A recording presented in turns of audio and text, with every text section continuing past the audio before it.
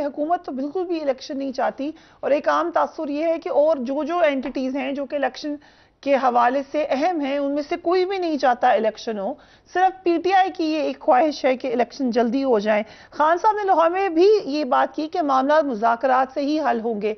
मुज़ाकरात की कहाँ तक कोशिशें जारी हैं? 2 मुलाकातों का जिक्र खासतौर पे एक खास मुलाकात का फाइनेंस मिनिस्टर कर चुके हैं। ये भी कहा जा रहा है एक और मुलाकात होगी, कहीं और भी बैकडोर मुलाकातें हो रही हैं। वो तो प्रिया देखो ना, हम तो इसलिए भी चाहते हैं ना इलेक्शन, तो पीटीआई के अलावा कोई इसलिए नहीं चाहेगा कि पीटीआई को तो नजर आ रहा है कि हम इलेक्शन जीत रहे हैं। परसों जो आईआरएस का सर्वे आया है उसमें आप देखें ना कि 60% लोग समझते हैं कि तहरीके इंसाफ 2 तिहाई अक्सरियत से हुकूमत बनाएगी। 66%, 51% लोग जो है वो इमरान खान पर ट्रस्ट कर रहे हैं। 21% लोग जो है वो नवाज शरीफ के ऊपर उनकी उम्मीद है और 1% लोग बिलावल के साथ है। अब नून लीग ने बेवकूफ़ी ये किया और जो शहबाज शरीफ साहब है उनके ऊपर 10% लोग एतमाद। सो कोई मुकाबला ही नहीं है, इसलिए जाहिर है कि हम तो चाहते हैं वो इलेक्शन में जाएं। लेकिन देखिए अब मसला क्या आ रहा है, मसला ये आ रहा है कि यह हुकूमत कहती है हम उस वक्त तक इलेक्शन नहीं कराएंगे जब तक हमें ना लगे कि हम इलेक्शन जीत नहीं पाते। अब देखिए ये जमहूरियत में तो मुमकिन नहीं है। फिर आप नॉर्थ कोरिया का सिस्टम बना लें, बर्मा का सिस्टम बना लें, लेकिन आप उसको जमहूरियत तो नहीं कह सकते, क्योंकि जमहूरियत में जब भी कोई क्राइसिस बड़ा होता है आप अल्टीमेट आर्बिटर के पास जाते हैं, अवाम के पास जाते हैं और हतमी फैसला लेते हैं। ये उससे इनकारी है। अब मसला ये है कि अब हम ये एस्टेब्लिशमेंट से भी हम यही चाहते हैं, क्योंकि ये हुकूमत अवाम के ऊपर तो खड़ी नहीं है, तो ये तो एस्टेब्लिशमेंट के डंडे के ऊपर खड़ी है। एस्टेब्लिशमेंट से हम ये कह रहे हैं कि आप अनपॉपुलर हुकूमत को कितनी देर सपोर्ट करेंगे, और आप इसमें खुद भी अनपॉपुलर हो रहे हैं और पाकिस्तान की मईशत का बेड़ा लगा गर्क हो रहा है। तो एस्टेब्लिशमेंट के अगर ये हुकूमत बिल्कुल तैयार ही नहीं है, जिस तरह मैंने आपसे अर्ज किया ना कि पॉलिटिक्स में तो रोजाना नए इवेंट होते हैं, इन्हें तो यही चाहिए था कि अब तक इलेक्शन करवा चुके होते और अगली जो पॉलिटिक्स जो है वो उसमें अपना शेयर लेने की कोशिश करते। ये तो ये नहीं कर रहे हैं। ये एस्टेब्लिशमेंट के डंडे के ऊपर खड़े होके ये इनका ख्याल है कि ये लंबी पाकिस्तान में हुकूमत कर सकेंगे। ये इस तरह से हुकूमत चल नहीं सकती। एस्टेब्लिशमेंट को इसका बहुत नुकसान हो रहा है। उनको साइड देखा जा रहा है कि वो साइड ले रहे हैं एक बहुत ही अनपॉपुलर हुकूमत की, और उसको जिसके पास अपना कोई इखलाकी जवाब नहीं है बस नवाज साहब एग्जैक्टली यही बात मौलाना फजल रहमान, मरियम नवाज, नवाज शरीफ साहब, तमाम लोग कहते थे इसी एस्टेब्लिशमेंट को अब से कुछ अरसा पहले तक जब आप हुकूमत में थे। अब आप भी यही बात एस्टेब्लिशमेंट को कह रहे हैं। तो वो ये कह रहे हैं, एस्टेब्लिशमेंट खुद कह रही है कि हम बिल्कुल शामिल नहीं हैं और ना होना चाहते हैं।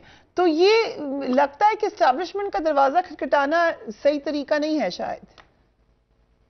नहीं, एस्टेब्लिशमेंट का दरवाजा तो खटखटाना ही पड़ेगा ना, या तो फिर एस्टेब्लिशमेंट का रोल ना हो पाकिस्तान में, तो फिर बंदा एस्टेब्लिशमेंट का दरवाजा ना खटखटाए। लेकिन एस्टेब्लिशमेंट का तो रोल है, और जाहिर है कि देखिए जहां तक इनका ये ताल्लुक है ना कि पीटीआई की हुकूमत को एस्टेब्लिशमेंट सपोर्ट कर रही थी, जब तक पीटीआई की हुकूमत को एस्टेब्लिशमेंट सपोर्ट कर रही थी एस्टेब्लिशमेंट पॉपुलर थी। जब तक एस्टेब्लिशमेंट का और पीटीआई का साथ चल रहा था पाकिस्तान में इस्तेहकाम था। सो ये जो एक थ्योरी है कि पाकिस्तान में इदारों को और हुकूमत को एक पेज पे होना चाहिए, ये परफेक्टली चल रही थी। जब जो है वो एस्टेब्लिशमेंट ने इनकी तरफ रुख किया है, या यूं कह लें कि इन्होंने एस्टेब्लिशमेंट का रुख किया है, इनकी अनपॉपुलरिटी इतनी ज्यादा थी कि वो एस्टेब्लिशमेंट को भी ले डूबी है। पाकिस्तान में एस्टेब्लिशमेंट इतनी अनपॉपुलर कभी नहीं थी जितनी अब है, और उसकी बुनियादी वजह इन लोगों का जो अनपॉपुलरिटी है वो है। और जाहिर है कि वहां पर भी एक एहसास तो है ना कि कोई लोग जाहिर अंधे बहरे तो नहीं बैठे हुए, लेकिन उनको भी पता है। आपको तो बड़ा कंसिडर किया जाता है कि आपके बड़े अच्छे ताल्लुकात हमेशा से रहे हैं। आपका हल्का भी इस्टेब्लिशमेंट प्रो इस्टेब्लिशमेंट है, आपके ताल्लुकात अच्छे रहे हैं। तो आप अच्छी तरीके से जानते हैं कि इस वक्त इस्टेब्लिशमेंट बार बार ये कह रही है कि हम नहीं आना चाहते सियासत में। आर्मी चीफ ने अभी रिसेंटली कहा है कि हम हैं ही नहीं सियासत में। Do you agree?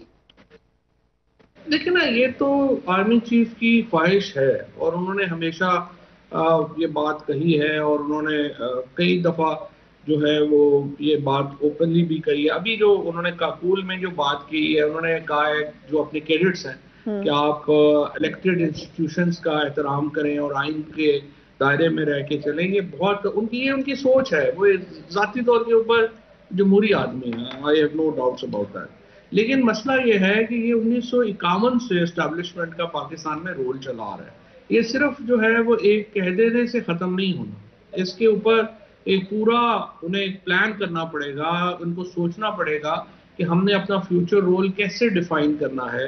क्योंकि एक इरप्ट हो गया है पाकिस्तान के अंदर, एक सोशल मीडिया इंफॉर्मेशन वॉरफेयर एक और पूरी इरप्ट हो गई है। उसमें एजेंसीज का रोल क्या होना है, फौज का रोल क्या होना है, डिसीजन मेकिंग जो है उसमें कितना हिस्सा होना है और कैसे उन्होंने करना है, ये एक पूरा सब्जेक्ट है। ये इतनी जल्दी सिर्फ एक आपने भी यही बात की, मुझे याद है जिस वक्त खान साहब प्राइम मिनिस्टर थे आप वहीं पे मौजूद थे, उस वक्त भी आपने और खान साहब ने यही बात की कि बड़ी जमहूरी हैं आर्मी चीफ। आपने आज दोबारा ये रिइटरेट किया है, हालांकि बीच में बहुत कुछ हो गया, लेकिन इसी दौरान पिछली गवर्नमेंट बोलती रही कि हमें कॉल्स आ रही हैं, पिछली ऑपोजिशन, अब आप लोग XY का जिक्र करते हैं। खान साहब कह रहे हैं हर चीज मेरी लीक हो गई, ना सिर्फ टेप हो गई बल्कि लीक हो गई, ये इसी दौरान हुआ है। तो फिर हम कैसे कह रहे हैं कि जमहूरी हैं?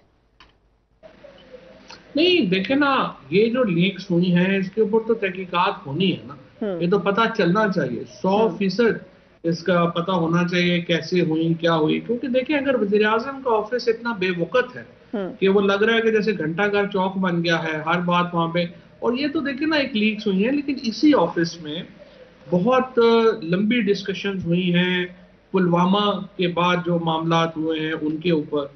इसी ऑफिस में रशिया का विजिट डिस्कस हुआ है, इसी ऑफिस में हमारे जो अमेरिका के साथ ताल्लुकात है वो डिस्कस हुए हैं, because it's office of the prime minister of Pakistan. तो आप मुझे बताइए अगर ये डिस्कशंस जो हैं ये बाहर आती हैं, वो सोशल मीडिया के ऊपर $3.5-4 लाख डॉलर में अवेलेबल हैं, उसके बाद क्या फिर आपकी रियासत की क्या जो है वो हम समझें कि एक भरम क्या रह गया। इसका तो बहुत ही एक बड़ा बहुत ज्यादा डीमोरलाइजिंग इफेक्ट है फ्रैंकली, और it's a huge failure on the part of agencies जो कि कंसर्न थी प्राइम मिनिस्टर ऑफिस की हिफाजत के ऊपर या उसके मामलात के ऊपर।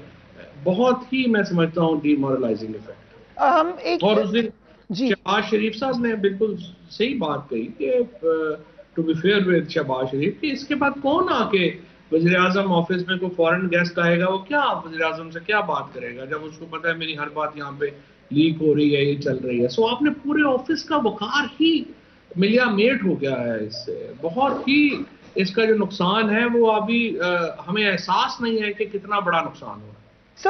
ये जो पूरी थ्योरी है हैकर की, आपके ख्याल से ये ऐसे ही हुआ, हैक हो गई सारी की सारी इंफॉर्मेशन प्राइम मिनिस्टर हाउस से, या कुछ कोई इंटरनल हैंड भी हो सकता है आपकी नजर में? देखिए सबसे पहली बात तो ये कि इसमें हुकूमत की बहुत ही नॉन सीरियसनेस है। शहबाज शरीफ साहब ने ये जो बात कही थी ये बड़ी इंपॉर्टेंट थी कि इसके बाद है, बट उसके बाद उनके जो एक्शंस हैं वो बिल्कुल मुतजाद हैं उनके बयान के। मसलन आप देखिए ना, राना सनाउल्लाह को, अमीनुल हक साहब को, इनको बनाना साइबर सिक्योरिटी की तहकीकात के ऊपर तो एक बिल्कुल मजाक है ना।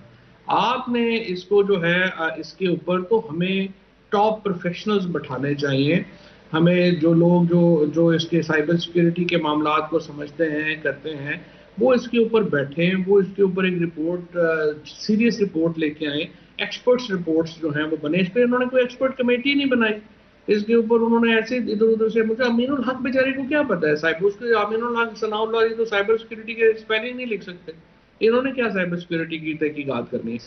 तो बड़ी उनकी क्या अभी भी चांसेस हैं कि लॉन्ग मार्च आपको ना करना पड़े? क्या कोई ऐसा चांस है?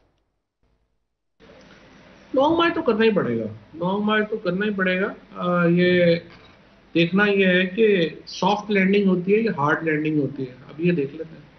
इसमें एक और मामला भी है, क्या ये लॉन्ग मार्च इस टाइम में होगा, इसका तैनाती से कुछ ताल्लुक अब है? हमने देखा खान साहब ने पहले कहा कि उनको कोई इतराज नहीं है ये हुकूमत कर ले आर्मी चीफ की तैनाती, फिर उन्हें कहा कि इतराज है। अब तो आर्मी चीफ खुद कह चुके हैं कि वो एक्सटेंशन नहीं लेंगे। तो अब इस लॉन्ग मार्च की डेट का कोई ताल्लुक उस तैनाती से है या बिल्कुल नहीं है? देखिए इसका बुनियादी ताल्लुक तो इलेक्शन से है। हम तो इलेक्शंस करवाना चाहते हैं और हम तो समझते ये हैं हमें लगने वालों की जो अहलियत है या क्वालिफिकेशन है उसका ऊपर हमारा प्रॉब्लम नहीं है, क्योंकि हम समझते हैं कि ये हुकूमत लेजिटिमेट नहीं है और ना ही इलेक्टेड गवर्नमेंट है। 155 पार्टी वाली जो गवर्नमेंट जिसको लोगों ने मैंडेट दिया था वो इस वक्त अपोजिशन में है, और 84 जो जिनकी स्ट्रेंथ है वो इस वक्त जो है वो हुकूमत में है। तो इससे आप अंदाजा लगा लें कि ये तो सरीहन मजाक है जो इस वक्त हो रहा है। तो बहरहाल मेरा हमारा मानना यही है कि इसको आप अगर बेहतर तो यही है कि इसको इलेक्टेड नई इलेक्शन के बाद जो है वो हुकूमत फैसला करे। सो ये इतलात हैं कि पीटीआई के अंदर ये डिसीजन हो चुका है कि नवाज शरीफ साहब की वापसी को आपको कोई इतराज नहीं है उस पर? देखिए, नवाज शरीफ तो पाकिस्तान के शहरी हैं और उन्हें लाजमन वापस आना चाहिए, क्योंकि हमारे पैसे बड़े उनके साथ जुड़े हुए हैं।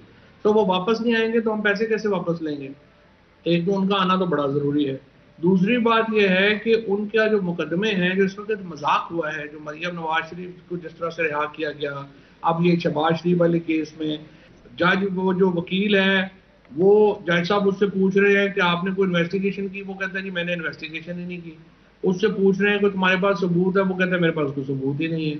सो इस वक्त जो पाकिस्तान में एक क्राइसिस है हमारे जस्टिस सिस्टम का। तो फिर आप और नवाज शरीफ साहब उसको वाली बात करें, उन्होंने भी यही कहा है कि जिन जजेस ने नाइंसाफियां की हैं उनको उनसे हिसाब लेंगे, उनको अकाउंटेबल ठहराएंगे। आप एग्री करते हैं वो उनके तो बात? देखिए ना, कल जो उन्होंने प्रेस कॉन्फ्रेंस की है वो तो मैंने पहले ही कहा था कि वो तो आईएसपीआर उसका जवाब दे या रजिस्ट्रार सुप्रीम कोर्ट उसका जवाब दे, क्योंकि उन्होंने तो इन दोनों इदारों को शदीद तनकीद का निशाना बनाया है। जाहिर है हम तो हुकूमत में नहीं थे, लेकिन जो ये स्कैंडल था जिसमें नवाज शरीफ कल इस तरह से बता रहे हैं कि कितनी ज्यादती हुई, उन्होंने पाकिस्तान की कौम के साथ जो ज्यादतियां की वो उन्होंने बिल्कुल नजरअंदाज कर दी। यानी यहाँ पे पाकिस्तान में लोगों के पास 2 वक्त के खाने के पैसे नहीं है, और उनका बेटा वहां पे जो हाइड पार्क $100 मिलियन में जो है वो बेच रहा है। उनके जो अपने अपार्टमेंट्स हैं, 5 अपार्टमेंट्स हैं, उनकी कीमत अरबा रुपए है, और ये सारा पैसा पाकिस्तान के लोगों का है जो यहाँ से लूट के बाहर गया।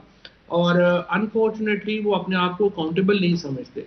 मरियम नवाज अपने आप को जवाबदेही नहीं समझती, नवाज शरीफ अपने आप को जवाबदेही नहीं समझते, और उनके दोनों बेटे तो कहते हैं हम ब्रिटिश सिटीजन हैं, हम पाकिस्तान के कवानीन को मानते ही नहीं।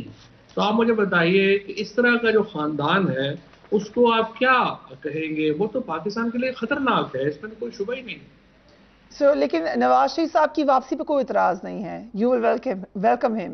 नहीं, नवाज शरीफ की वापसी के ऊपर हमें कोई इतराज नहीं है। सिर्फ हम ये समझते हैं कि जो लीगल प्रोसेसेस हैं वो पूरे होने चाहिए। He should go to jail, और जेल जाके अपना केस लड़ें, पाकिस्तान के लोगों के पैसे वापस करें, उसके बाद जो मर्जी करें, हमारा कोई प्रॉब्लम, हमारी कौन सी जाती लड़ाई है। मरियम नवाज अगर बरी हो सकती है तो फिर नवाज शरीफ साहब भी हो सकते हैं?